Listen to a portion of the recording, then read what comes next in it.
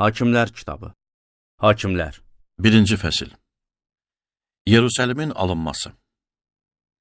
Yeşuanın ölümündən sonra İsrail övladları Rəbdən soruşdu. Bizim üçün Kənanlılara qarşı döyüşə birinci kim çıxacaq? Rəb dedi, Yahudalılar çıxacaq, budur, mən torpağı onlara təslim eləyirəm. Yahudalılar soydaşları Şimeonlulara dedi, torpağın bizə düşən hissəsinə gəlin, Kənanlılara qarşı vuruşmaq üçün bizlə döyüşə çıxın. Sonra da torpağın sizə düşən hissəsinə gəlib, sizlə bərabər biz döyüşə çıxarıq. Yahudalılar döyüşə çıxdı. Rəb Kənanlılarla Perizliləri onlara təslim elədi və Yahudalılar Bezeqdə onlardan 10.000 nəfər adamı qırdı. Bezeqdə Adoni Bezeqi tapıb vuruşdular və həm Kənanlıları, həm də Perizliləri qırdılar. Lakin Adoni Bezeq qaçdı və Yahudalılar onun ardınca qaçıb, əllərinin və ayaqlarının baş barmaqlarını kəsdilər. Adoni Bezeq dedi, mənim masamın altında 70 padşah əl və ayaqlarının baş barmaqları kəsilmiş halda çörək qırıntıları dənləyirdi. Mən necə eləmişdimsə, Allah da mənə əvəzini elə verdi. Yahudalılar Adoni Bezeqi Yerusəlimə gətirdi və o orada öldü. Yahud övladları Yerusəlimə hücum eləyib vuruşdu və oranı alıb əhalisini qılıncdan keçirdilər. Şəhərə isə od vurub yandırdılar. Bundan sonra Yahuda övladları dağlıq bölgədə, Negevdə və yamaclı düzənlikli bölgədə yaşayan Kənanlılara qarşı vuruşmaq üçün endilər. Əvvəlki adı Qriyat Arba olan Xevronda yaşayan Kənanlılara qarşı yürüş eləyib, Şeşayı, Aximanı və Talmayı məğlub elədilər. Oradan da əvvəlki adı Qriyat Sefer olan Devir əhalisinə qarşı yürüş elədilər. Kalev dedi, kim Qriyat Seferə hücum eləyib oranı alarsa, qızım Aksanı ona ərə verəcəyəm. Oranı Kalevin kiçik qardaşı Genazın oğlu Otniyel aldı. Kalev qızı Aksanı arvad olaraq ona verdi.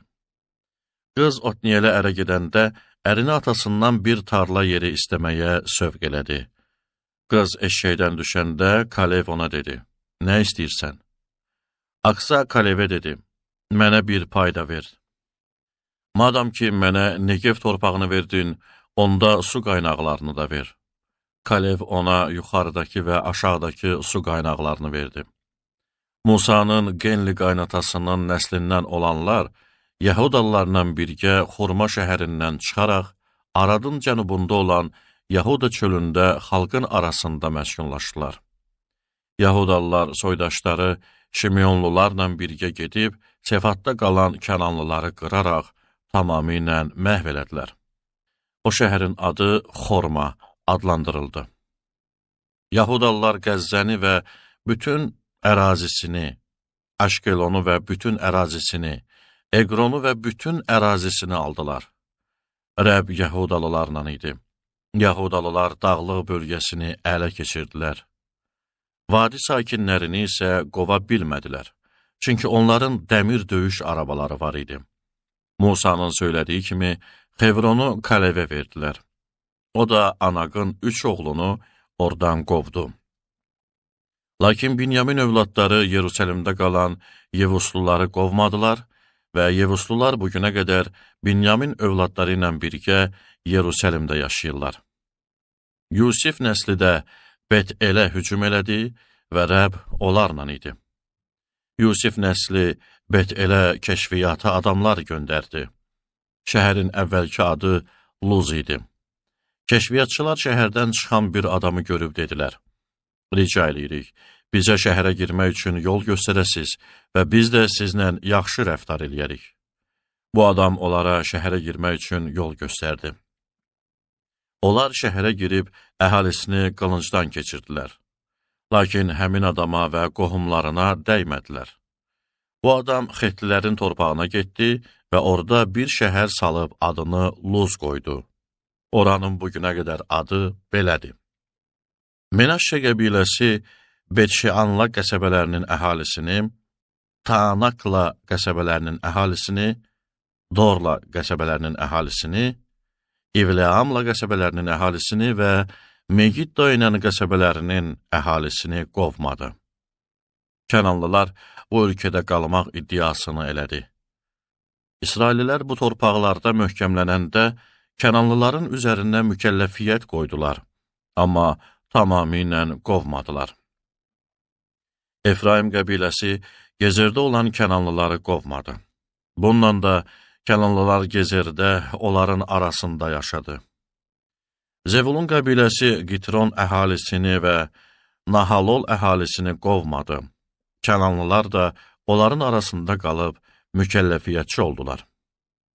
Aşer qəbiləsi Akko əhalisini Sidon, Axlav, Akziv, Xelba, Afeq və Rexov əhalisini qovmadı. Aşerlilər bu ölkənin sakinləri olan Kənanlılar arasında yaşadı və onları qovmadı.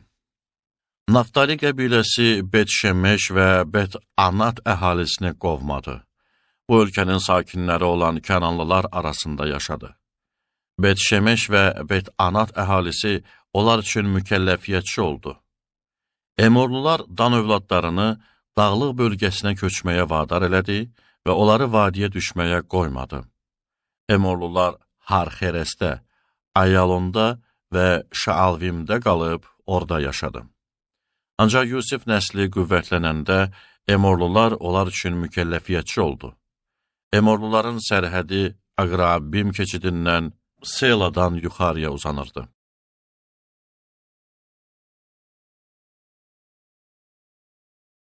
Hakimlər. 2-ci fəsil.